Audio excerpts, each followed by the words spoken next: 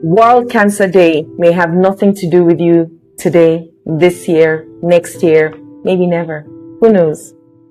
But what about your friends, a relative, a colleague? I have no choice. I must be involved. My father, sister, uncle, cousins all battled cancer. And so yes, I cannot ignore February 4th, and neither should you. Everybody talks about cancer from every angle except the one you can actually control, which I call processing your emotions. So what I'm about to share might shake you up a bit, but what's a little shock between friends if it can save your life, right? Here's what nobody told us growing up. Your body is like a hard drive that never deletes anything. So every betrayal, abandonment, and rejection stored. Every moment you smiled when you really wanted to scream and shout and cry, stored. Every grief you powered through without processing the emotions and letting go of the feelings, stored. Dr. Van der Kolk wrote a book, The Body Keeps the Scores, after discovering that patients with emotional pain, chronic pain, autoimmune diseases, and cancer were literally holding on to unprocessed emotional experiences. Think about it. When you get scared, your heart races instantly, right? That's emotion creating a physical response in seconds. Now imagine living with low-level fear, anger, sadness for years. Your body doesn't get a break. It's constantly flooded with stress chemicals meant for short-term survival, not everyday living, like cortisol and adrenaline. Your body keeps receipts, whether you know it or not, and eventually it sends you a huge, daunting bill. Now, here's what really happens when you're constantly suppressing your emotions, especially anger, grief, and hurt. Your immune system gets confused and exhausted.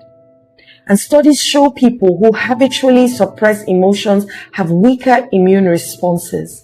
So your natural killer cells, the one hunting down cancer cells every day, drops by up to 50% when you're chronically stressed.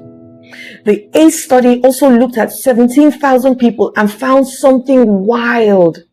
6 or more traumatic childhood experiences, and your health risk skyrockets by 1,000%. Why, you may ask? Because unhealed trauma keeps your body in constant alert. Your stress hormones stay elevated. Your cells don't repair properly. And I personally have met women as a hypnotherapist who developed breast cancer within 1 to 2 years of devastating loss, divorce, death, betrayal that they handled by going numb. And Dr. Gabor Mate says, the attempt to escape from pain is what creates more pain. But there's hope. Studies show cancer patients who join support groups and go for deep therapy work and process their emotions live longer, and in some cases get completely healed. Trauma healing can actually change your genetic expression. In science, it's called epigenetics. So what's your most powerful medicine? Thank you for asking, I'll tell you. Cry the tears you've held for 20 years. Say what you've been too scared to say to him, to her, to them. Choose yourself after a lifetime of putting everyone else first. Forgiveness isn't for them, guys. It's free chemotherapy for your soul and your body. That person you have been holding a grudge against, who's living rent-free in your cells whilst they have moved on, you are paying the biological price. I think it's time for you to let them go. Because you're a living, feeling being whose emotions are woven in every cell of yours. So don't let unprocessed anger make you sick again. Being strong, as we say, might be breaking you down from the inside out. So let's say you didn't know this before. Now you've listened to this message and now you know.